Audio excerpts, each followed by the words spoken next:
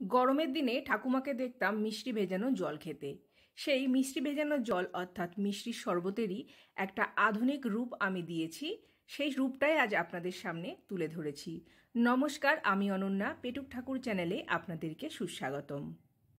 Recipe ভালো লাগলে অবশ্যই একটা লাইক করবেন। আপনার আমার প্রিয় চ্যানেল পেটুক ঠাকুর সাবস্ক্রাইব করে পাশে রাখা বেল বাটনটি অল করে দিয়ে আমাকে সাপোর্ট করবেন।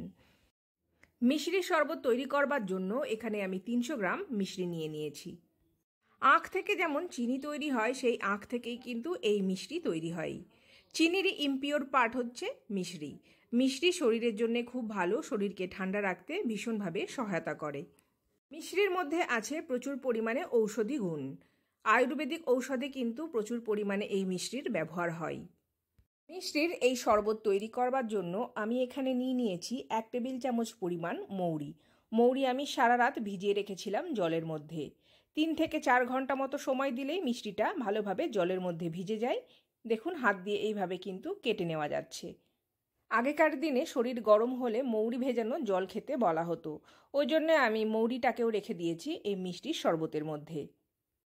2টো কাগজি লেবু এখানে আমি নিয়েছি। আপনি চাইলে পাতি লেবু ব্যবহার করতে পারেন অথবা গন্ধরাজ লেবু দিয়েও কিন্তু এই শরবতটা তৈরি করে নিতে পারবেন।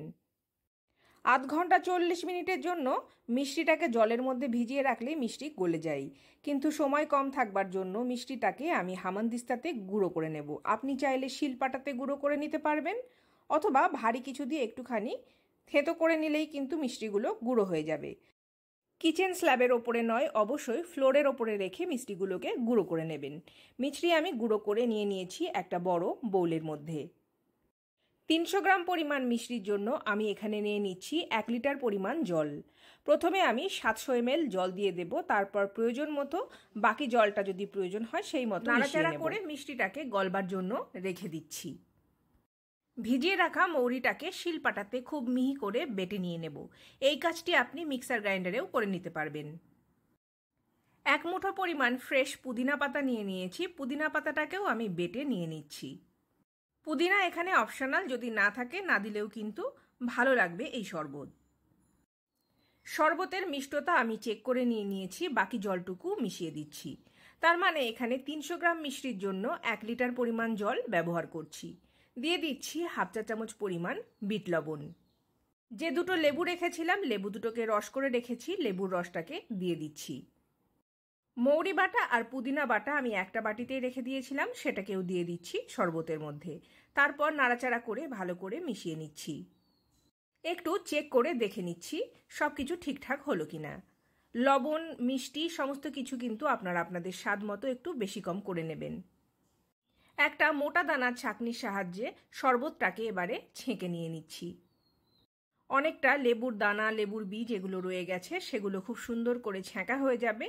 আর যদি কোনো দানা থেকে থাকে সেগুলো সুন্দরভাবে ছেঁকে গিয়ে স্মুথ একটা শরবত তৈরি হবে।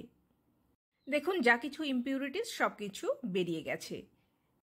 এবারে শরবতটাকে 2টো গ্লাসের মধ্যে সার্ভ করে নিয়ে নিচ্ছি। আমি এখানে ঘরের উষ্ণতায় থাকা জল দিয়ে শরবত তৈরি করেছি। আপনি কিন্তু ফ্রিজের জল দিয়ে করে নিতে পারবেন অথবা আইস কিউব দিয়েও সার্ভ করে নিতে পারবেন। আমি এখানে শরবত 2টো ভালো করে ছবি তুলে নেবার পর সুন্দর করে ফ্রিজে রেখে ঠান্ডা করে তারপর পরিবারের সকলের জন্য সার্ভ করে নেব। ভীষণ ভালো খেতে হয়েছে এই শরবত। নিশ্চয়ই বানাবেন, কমেন্ট করে জানাতে ভুলবেন না। কোনো আর্টিফিশিয়াল কালার এখানে ইউজ করবার দরকার পড়বে না। আমার ফেসবুক পেজ, ইনস্টাগ্রাম যদি আপনারা ফলো করতে চান, ডেসক্রিপশন বক্সের লিঙ্ক দিয়ে রাখলাম, ওখান থেকে আপনারা আমাকে ফলো করে নিতে পারবেন।